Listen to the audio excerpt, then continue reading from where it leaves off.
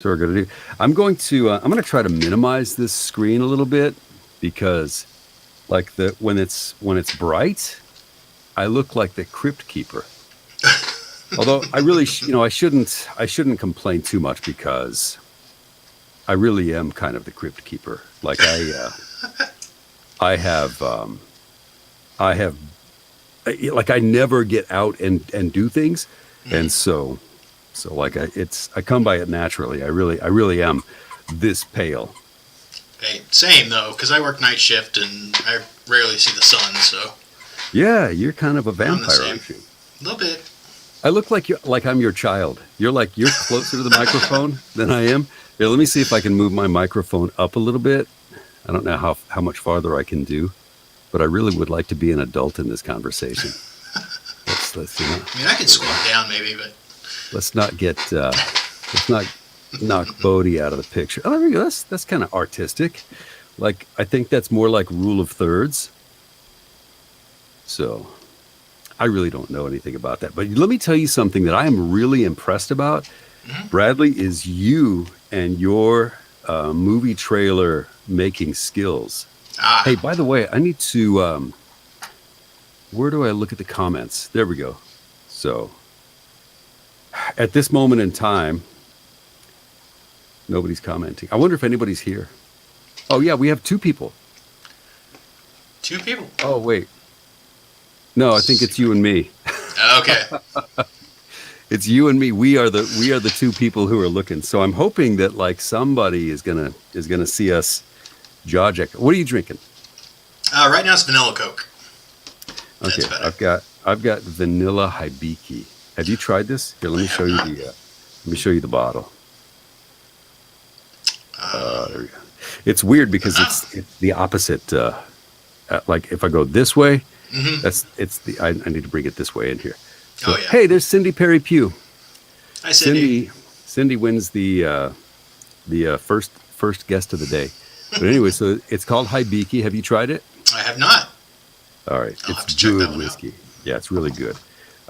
It's made by Suntory, which I just found out from Margie Rollins.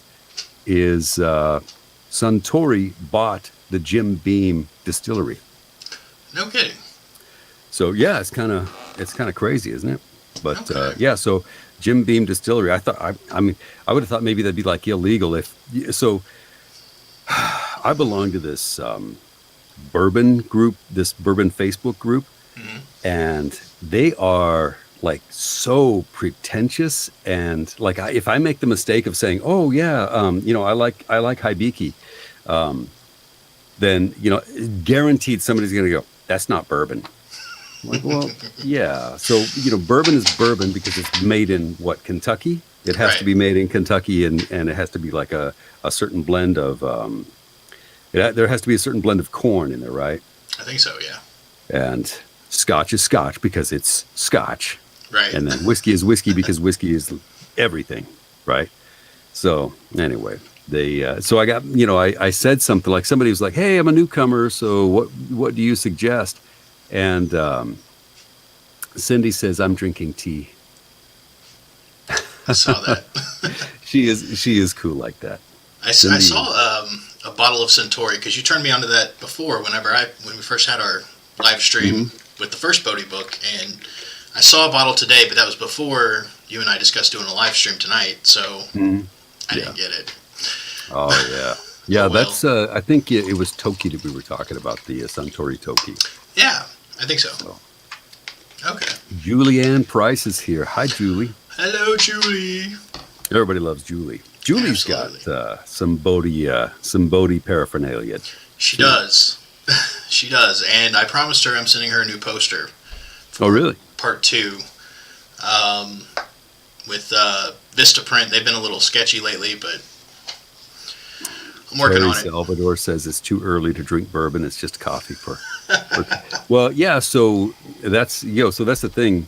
This, by the way, is a. And by Terry, am I saying your name correctly? Is it Terry? Um, because I'm not positive. I just kind of assumed that it was Terry. That's what I in my head. She Oh, says it's no. Uh-oh. Oh, I'm sorry. Okay, how do you pronounce your name? And I promise I will pronounce it correctly from this point forward. Teray? Uh-oh. Oh no. Well, did Oh. you tell me already? You know what? Let me tell you something. I can't remember what I had for breakfast this morning. And Teresa, Tari? Oh, well, that's much more. Did you tell me that how to pronounce your name? Tari is beautiful, by the way. I mean, I think that's really cool. Like, yeah, Tari is beautiful. I think that's a really cool way to say it. So you are in Spain, Tari. I'm going to assume. I'm not going to wait for you to answer. I'll just whenever you answer, I'll. Oh, yes. So she said yes, we did after the licorice chat. So I'm sorry, but let me tell you, if it makes you feel any better, my wife Sheila, we had been dating for probably about 3 months, and I accidentally spelled her name wrong. So if if that makes you feel any better, okay. So it's 7:34 a.m. where you are. So what is that? What means what? I thank you, Cindy. I appreciate that. This is actually my first glass, and let me tell you something. The reason I'm drinking is well because anytime I do a Facebook Live, it's an excuse to drink. But I have I have an excuse, so I'm going in for surgery on Thursday for my shoulder, and I'm not allowed to drink 24 hours before I go in for surgery. So as of 8 o'clock tomorrow morning, I can't drink. So that's my excuse. But I always, it's always an excuse to drink when I'm. So the reason the reason I look like I'm sitting like Bradley Carter is Santa Claus and I'm the little kid sitting on his lap is because the way that my desk is set up, I'm trying to get Bodhi in the picture, and he's too tall, and so like to get him in the picture, I have to get all the way back down here. See, So, my Bodhi is way back in the back of the room. Here we go with this opposite stuff, but he's way back there. He's a good few yards away, so it kind of looks like he's near me, but oh, maybe that's where you kind do of. it. You're a cinematographer. Oh, That's I don't know about that. I need to show this video because this video that you did is so cool. Let me see if I can find it. What I loaded it. I just need to find it now. All right, so let me.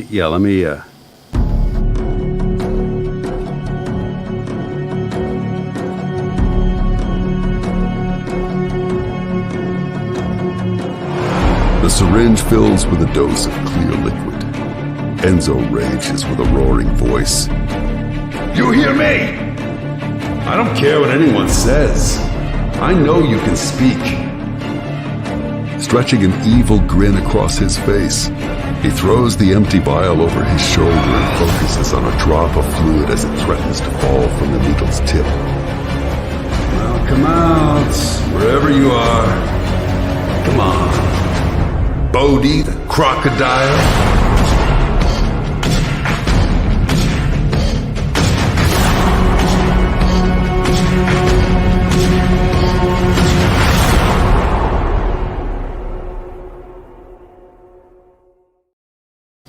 I get all giddy when I hear that, when I see that video.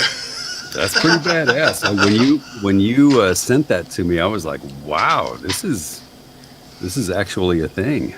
I'll tell you what it is. Back in high school, my senior year, my school got a big grant for video production, and the teacher in charge of it picked me and a couple other students to like learn the system, and I really got into video editing.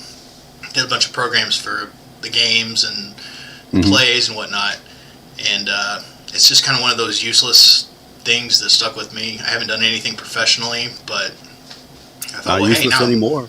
it's not useless anymore. Exactly, yeah.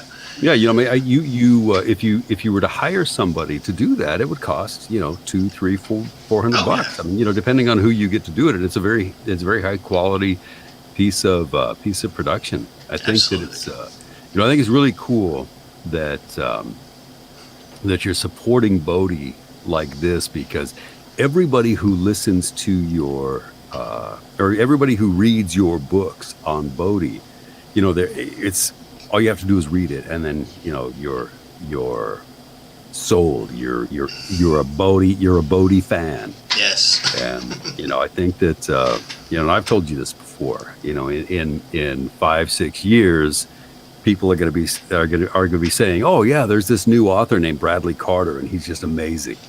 And you know, you're going to look back and say, "Yeah, I've only been doing this for 10 years," but I mean that's the way it goes, right? You know, Yeah, can't happen overnight. yeah, you have to have the faith and get the you know, just keep the, you know, keep word out there so that people know, you know that Bodhi is out there. Yeah. So Bodhi Crocodile, the in the first one we got to meet who's the bad guy in the first book. It was Skinner. Skinner. Yeah, Skinner. that guy. And then so in this one we got to meet the Sting.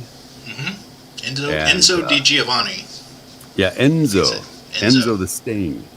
And he's a pretty creepy guy. But the cool thing is that we also meet in this one the next guy. Oh, Yeshua. Yes. Yeah.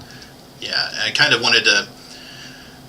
I didn't really want to make part two like a mob story, but given Bodhi's love for the mob movies and shoot 'em up TV shows and stuff, I felt it was necessary to have him kind of in that situation.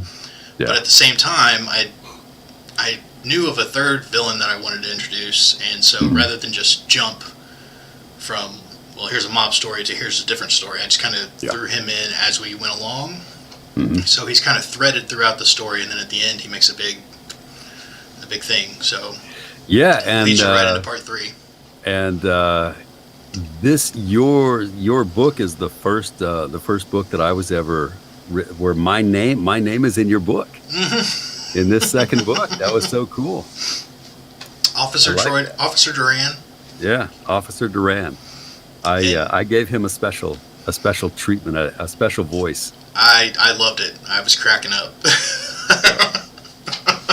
Yeah, that was pretty cool. I liked that. Like actually seeing my name in print. I feel like I'm immortal now. Yeah, there you go. Is Officer Duran going to is he going to meet an untimely demise, or he's just going to be a cool cop? No, he'll just be that cool cop that's back there.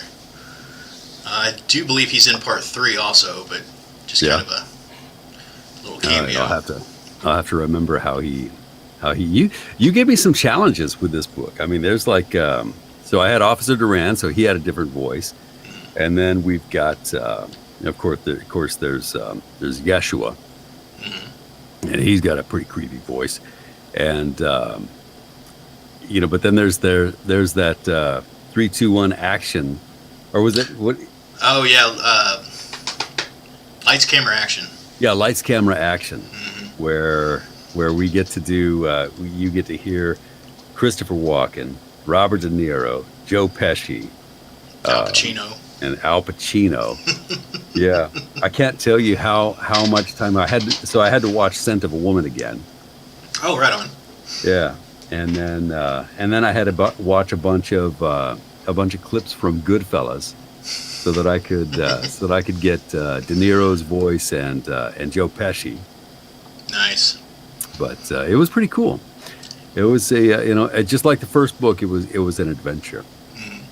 Well, people reading part 2 even said, I read this in their voices. I can hear their voices because they're so common. Everybody knows who Robert De Niro is. Everybody knows who Al Pacino is. A little bit, yeah. We're so used to hearing them, and if you just read it, their lines that they say, you can almost hear it inside your head. It's pretty cool. Yeah, it is. It's pretty awesome. What is next for Bodhi? I mean, he. I don't want to give any spoilers about what happens to him in book 2, but he's definitely he's definitely going through some stuff. We, we did actually get to hear a little bit more from Bodhi. I thought that was kind of cool. Yeah.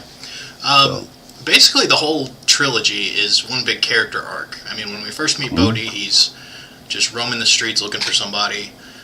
He meets Freddy and Alvy and all his friends, and then he gets stuck in that predicament with Skinner.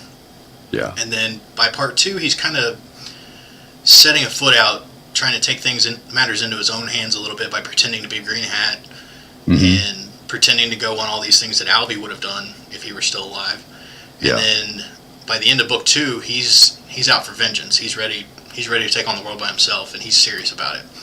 But I like to say that the trilogy comes full circle, because by the end of part 3, he's still that lovable guy that everyone adores, and it kind of wraps up to an end of everything, but at the same time, he's a hard character to let go. I already have future projects planned, outlined for him. Yeah. It's not just the end of his story for good. That's for sure. So is he going to be the star in your future project? Because I know you've got number 3 just about ready to come out, right? Yes, it should be out hopefully next week, beginning of next week. Okay. Wow. How do you do that? Here's a question from Cindy. How do you work through or build your characters? It kind of depends on the character, actually. When I started, a lot of my characters were based on actual people. Some characters just kind of came in.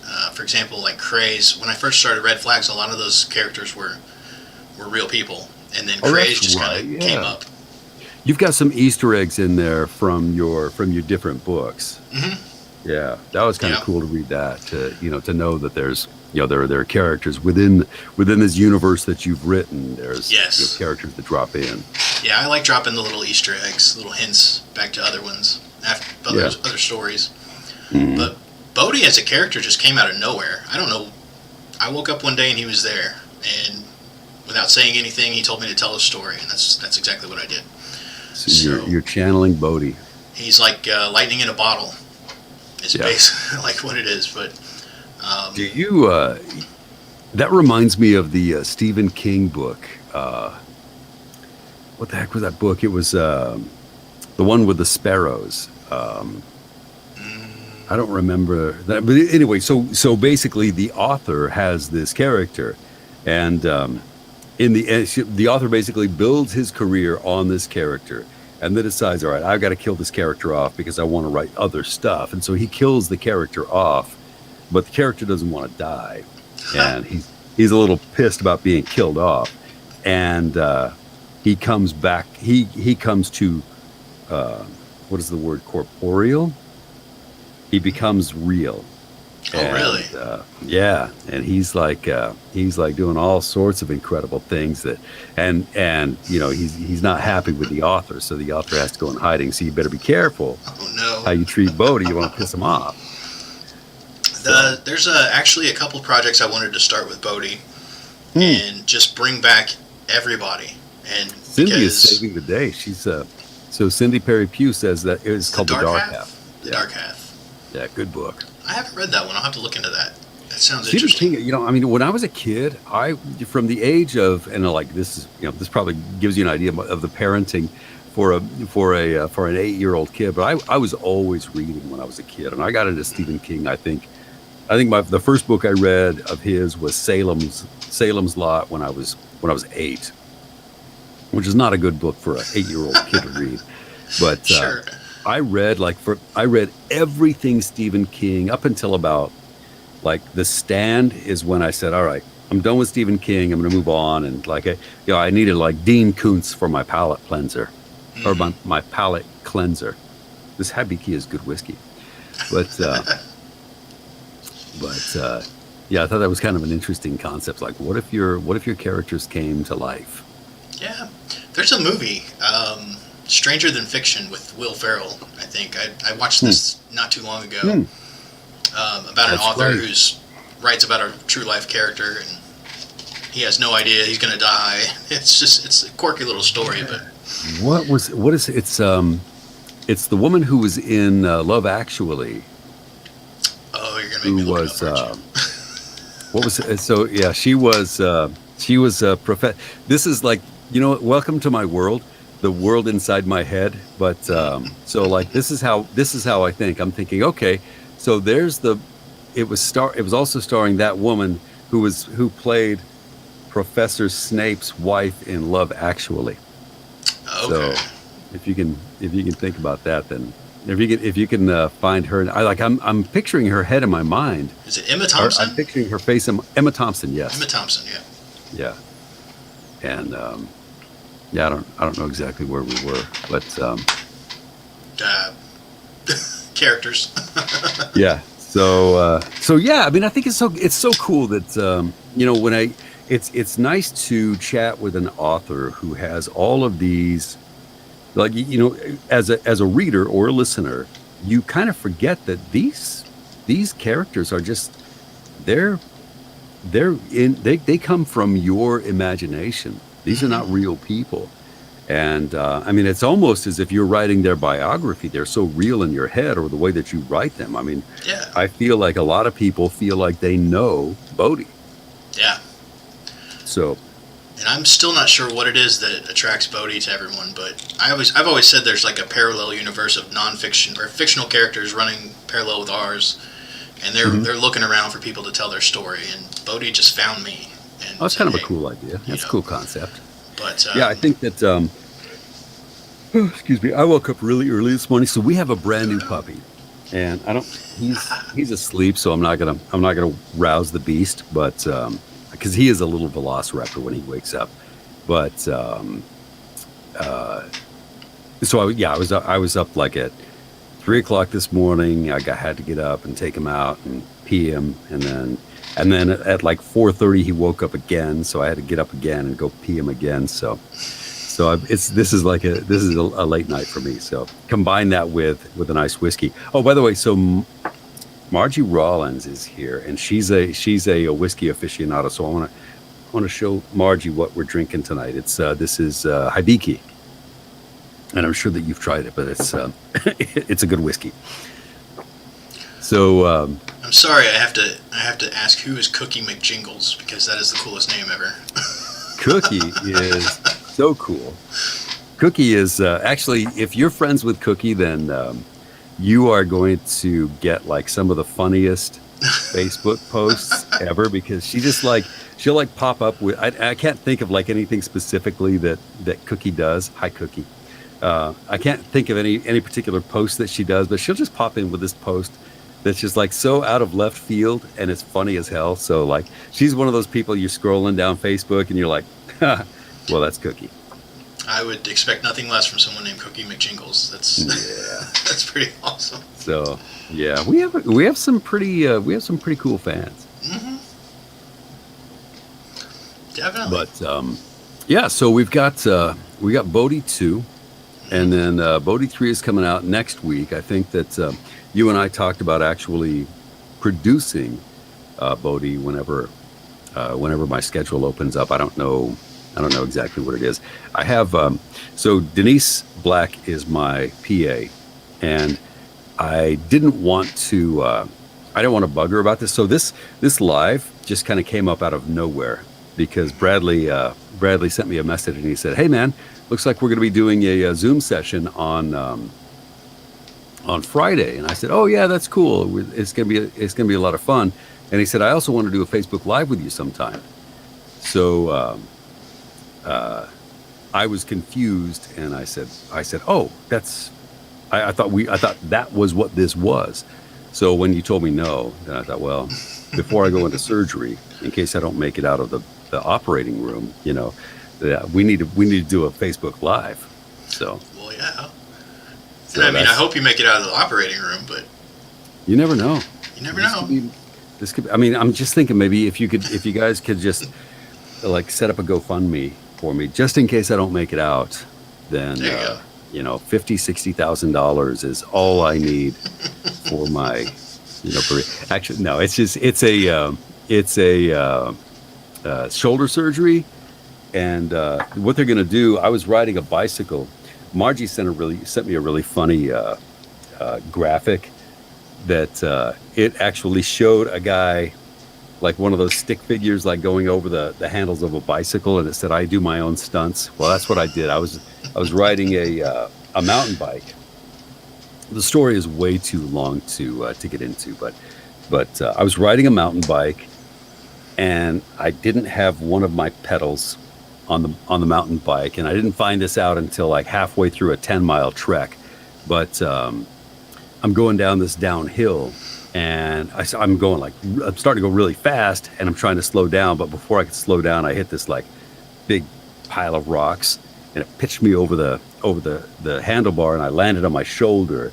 And so like the clavicle, if I could, I wish I could show it to you, but I'm not going to stand up. Anyway, so the top part of my clavicle popped up and separated from the bottom part of my clavicle. So they're going to have to drill a hole in it, and then like through the hole, they're going to drill a hole in the bone underneath it and pop something in there that will kind of draw them together. So I won't look like Quasimodo anymore. Yikes. So that's my story. But anyway, so I'm going under the knife on Thursday. But it's like a really, you want to talk to the doctor. He's like, "Oh yeah, it's just no problem. Just drill a hole and put a dog." He calls it a dog bone. And I'll be going in at 8, and I'll be out at 10, and probably have some pretty good Percocets going, and that'll be kind of nice. It's one of those situations that sounds worse. Like the treatment sounds worse than the actual accident. Sounds more painful. But, yeah, exactly. Well, and I wouldn't do it either, because like he had originally told me, he said, "All right, hockey players have these accidents all the time, getting thrown into the boards, and this guy works on hockey players a lot." He said they do just fine. It pops out, and eventually it grows back together, but you have a bump on your shoulder, but it grinds. So like my shoulder does grinding, and that, like when I try to like reach across, it's hard, and so oftentimes the candy is over here, so it's hard for me to reach it. But so since it wasn't healing too well, then so Cindy says, yeah, and I am going to ask the anesthesia.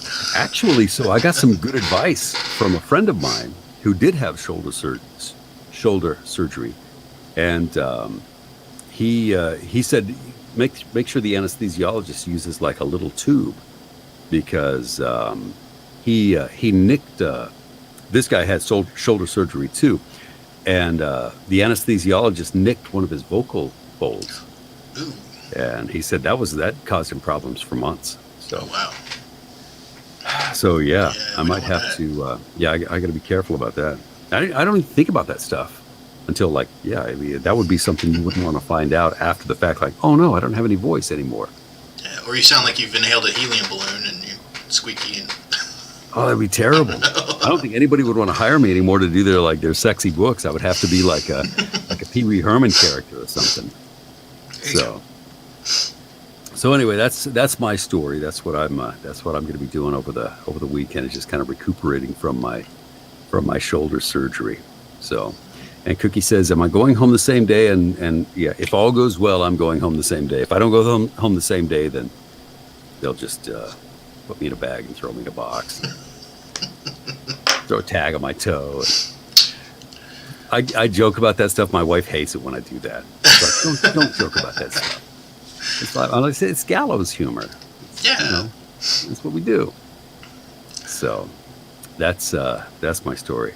But anyway, I guess we should probably talk about Bodhi, since here we are. But I do want to kind of get to know you a little bit better, because I think that your story is pretty cool. So you are, by profession, you're an EMT. Paramedic, yeah. Yeah. Okay. So what's EMT the difference? paramedic? Yeah. The easiest way to explain it, I always often refer to EMT to paramedic as like deputy to sheriff. EMTs do more of the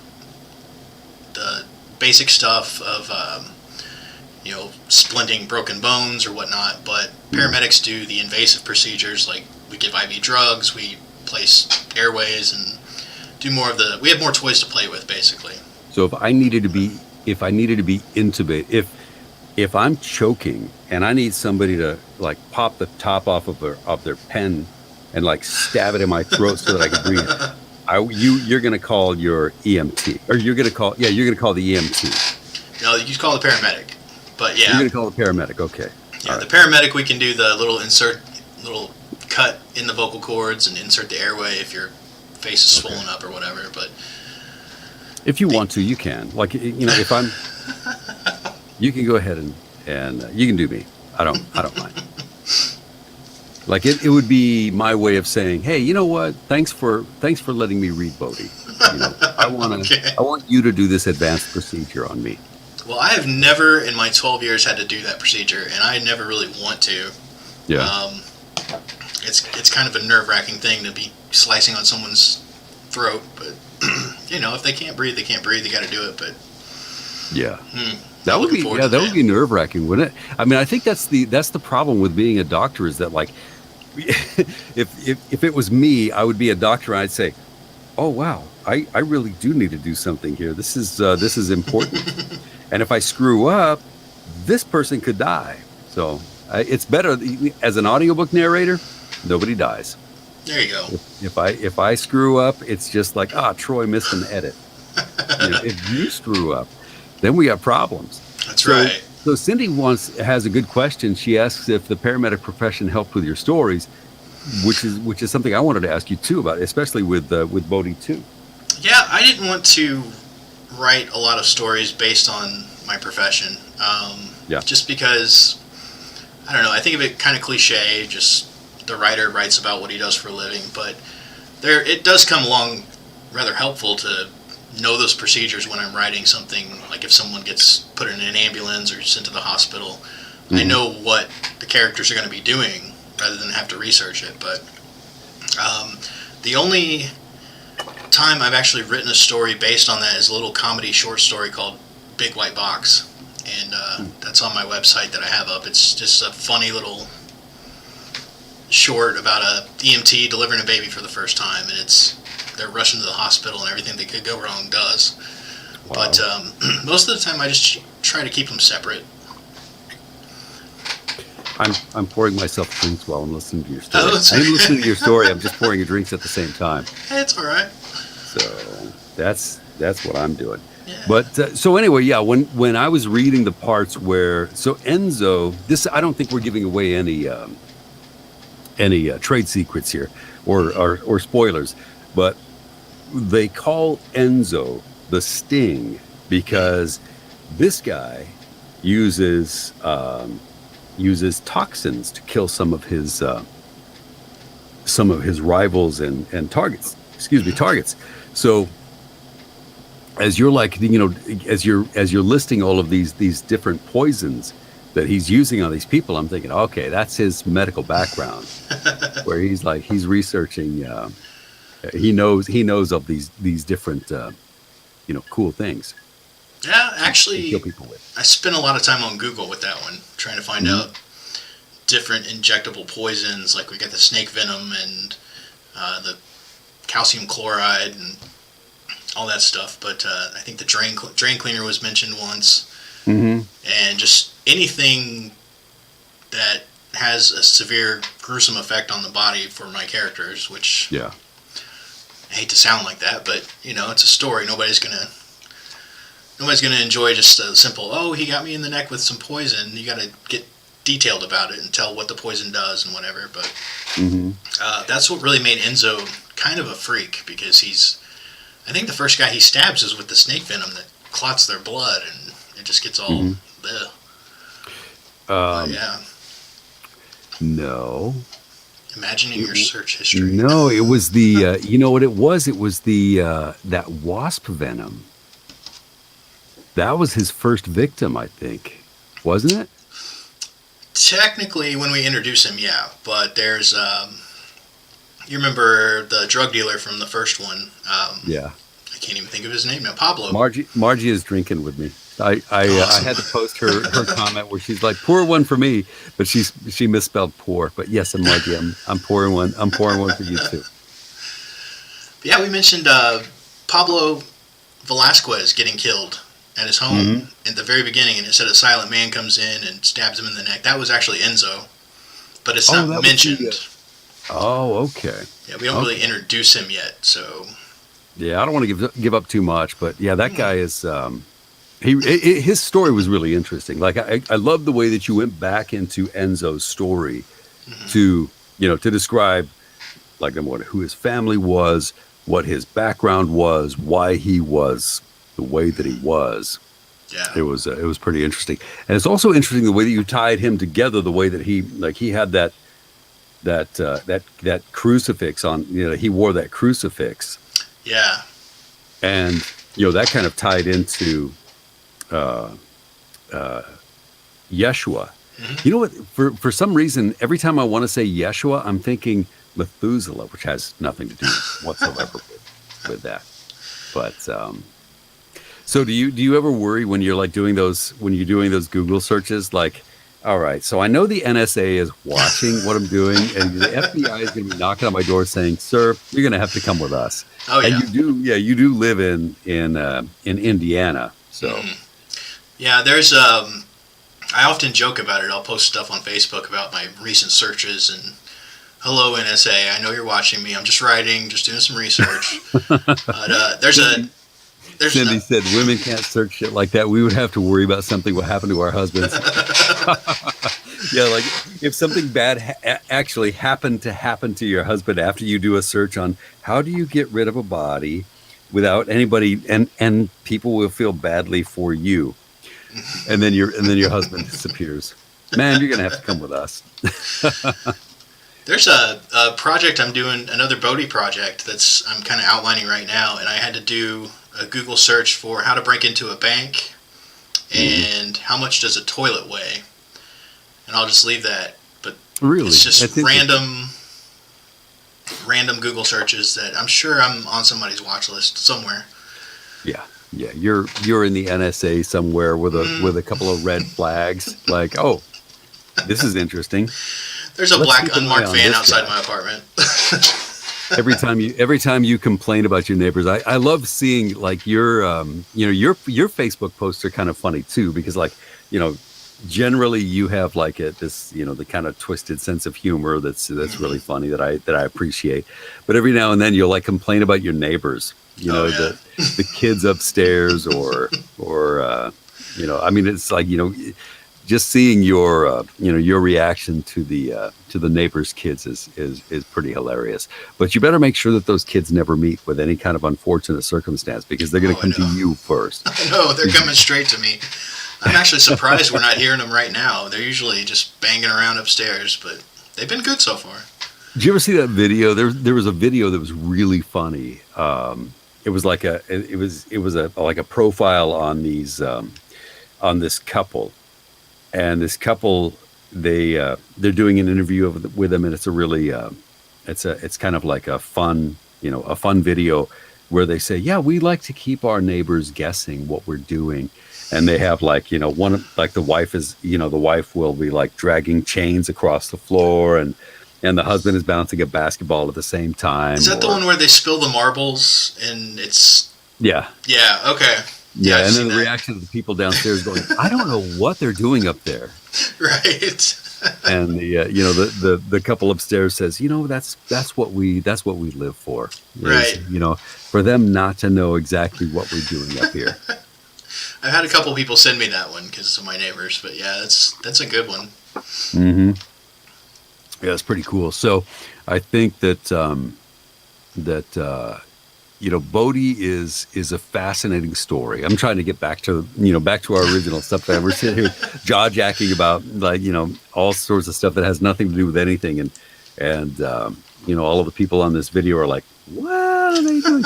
But I think that Bodhi is a really interesting story, and what's more interesting is the way that you write it. I mean, I really enjoy reading what you write, just because there just seems to be so much texture and substance to what you write, because when you read about the characters, you feel like you know them and you feel like you're in that world, and I don't know what that is, but I think it's it's a very talented writer that can convey those things. So, well, thank you. Yeah. Especially with Bodhi, because I'm just connected to him. I've been connected to Bodhi since he first showed up. I mean, I see the guy every day in my head, and I feel like I've known him forever. Obviously, because he came from somewhere. But the fact that he can relate to so many people just instantaneously. I mean, people have read chapter 2 of the first book, and they're like, "I love this guy. I love him." Yeah. So I appreciate that you sent me this this guy back here. Mm-hmm. When you sent it, it was it was really funny because I got him in the mail, and I didn't know what it was because you said, "Hey, I sent you something," and I didn't know what it was, and so I finally I put it together, and I'm like, "Holy crap, this is like Bodhi. It's this 6 foot something tall guy." Right. And so I just I set him up, and I put him I put him up next to the fridge, and the fridge is right next to the laundry room, and the laundry room is where you walk through in order to you come in from the garage. Sure. So my wife came in from the garage, and she walks into the into the kitchen from the laundry room, and there's this goddamn 6 foot tall guy. And nice. She said, "You scared the hell out of me," because it's like there's a 6 foot tall guy, who was right there by her right shoulder. I didn't mean to do that, but I really, really wish that I would have been there with a video to to capture what what that did, because she pooped her pants. Literally. No, I'm just kidding. She didn't literally. She would be so mad at me if I actually convinced people that she pooped her pants, but she didn't. Really poop her pants. But it was pretty funny. And then I had to she took him and she put him right outside my office. And sure enough, I come outside of my studio, and I look next to me, and I'm like, "Oh shit!" And it's Bodhi. So thank you for that. You did provide us with quite a bit of entertainment for the night. So that was pretty cool. Yeah, I think everybody needs to have a 6'3" Bodhi in there to grace their home. Yeah, I'm not sure exactly where he's gonna end up, but he's been in the corner of my office, just kind of keeping an eye on me and making sure that I'm staying out of trouble. Mm-hmm. So there you go. So but Bradley was almost responsible for me getting my ass beat by Sheila. But let me tell you something. I am not the only person in this game. Sheila, let me tell you something let me tell you two things that my wife has done, my beautiful little wife. And most everybody has seen pictures of Sheila. She's just this wonderful 5'1" or 2" woman. But she does some scary things. Like one time, and we've got this on so we have a Google, like a Google Home Assistant. So she heard us coming in, and so she climbed up on the counter, and she climbed up onto the refrigerator. And as I walk in, and the funny thing is, the Google Home Assistant is keeping track of all this and videoing it. And maybe I'll if I get a chance, if she sends me a copy of it, I'll send it to you. But she climbed up on top of the refrigerator, and then when I walked in, she goes, "Rawr!" And I was like, "Ah!" It was not my proudest moment. I mean, typically, well, it's a good thing. I mean, most real alpha males will strike first. So it's a good thing I didn't strike. But yeah, she does some scary things. One time I was out mowing the lawn. I came back in to get the weed eater. She was underneath my truck, and she grabbed my ankle while I was walking by. Scared the crap out of me too. So oh wow. She's not blameless. So that's my story. But anyway, I wanted to spend a little time with you, Bradley, because sure. I I enjoy reading your stories as much as I love, producing them. I'm like learning these things as we go along. What's going on with Bodhi and the kind of adventures that he gets into, and yeah, you really give us some pretty cool adventures, and I love that. I don't know how you find the time to do it. I work 12-hour shifts at night, so when I'm off, I'm still up at night and there's really nothing going on at 3 in the morning, so I'm usually sitting here writing Bodhi or something else, working on other projects. But yeah, this third one. I know I left kind of a cliffhanger, actual double cliffhanger at the end of the second one, but I'm anxious to get the third one out too, as I'm sure other people are anxious to read it to find out what happens. But yeah, Bodhi and I have a good time, and he's not done yet. I mean, just because his trilogy comes to an end, he's not a character I can just sit on my bookshelf and walk away from. Okay, so Bodhi has his trilogy, and then he's gonna come. Is he gonna come back in as part of somebody else's story, or what I wanted to do originally with the sequel is what I'm doing now. I continued the sequel, but I had the idea of bringing back all the characters because most of the characters in Bodhi's story are just as lovable as he is. You got Freddie and Alvy and Penny Lynn, and you got Terrence, and they're all supporting characters of Bodhi, and a lot of people enjoy them just as much. And some people die, some people don't. But I thought about bringing all of them back, even the villains, Skinner, Enzo, and just changing up a different story, making Skinner a good guy, making Enzo a funny guy, or Terrence a bad guy, something like that. Just completely redraw the whole thing, and still have Bodhi at the center, have the same Bodhi, but I've got a few ideas, so it'll just kind of be, we'll just kind of wing it, but I don't know if I can do another trilogy. That was time consuming. Yeah. That took a lot. But Bradley Carter. Yeah. So we'll see. It's really what's interesting. Going on. Yeah, we really appreciate your we appreciate you writing these stories for us. They're a lot of fun to read. Well, sure, I appreciate that. All right. Anybody got anything to say before we let this guy go? I saw somebody asked about Charlie. Oh yeah. Who asked about Charlie? Was it Julie? Yeah. So Julie asks if Charlie is in Bodhi 3. She loves Charlie. Oh, she likes how I voiced her. Okay. Yeah. Nice. Good. I like that. So I noticed, like, as I get older, it's harder for me to go higher. So Charlie she's like 9, right? Like 9 or 10. Yeah, 9 or 10. So somewhere around there. It's kind of hard for me to hit those high registers, but oh yeah. But Charlie, I think you did a great job. Thank you. Yeah, she will be in part 3. She's kind of she doesn't have a big role like she did in part 2, but Jeffrey Rosario comes back, Charlie comes back.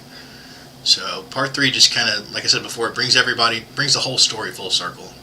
Yeah. And kind of leaves you with a tear hanging. So nice.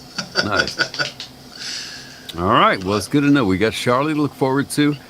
Bodhi's got one more story in the trilogy, and we'll figure out when we can produce that. But the actual book is out sometime this week or next week. Should be next week. I'm hoping to get it sent all of it sent in by the weekend, and depending on Amazon, however long they take, should be beginning of next week. All right. Well, sounds good, Bradley. It was good hanging out with you. I appreciate that, you too. And I thank you for giving me a good excuse to drink some whiskey. Not a problem. Before I have to go abstinent for an entire 24 hours. But I know it's hard. But yeah, it was good hanging out with you. I appreciate you adjusting your schedule so that we could get this last minute live in. Sure. Always a good time. Good luck on your surgery. All right. I appreciate it. Thank you. All right. All right. We'll talk to you later. Okie doke. Cheers.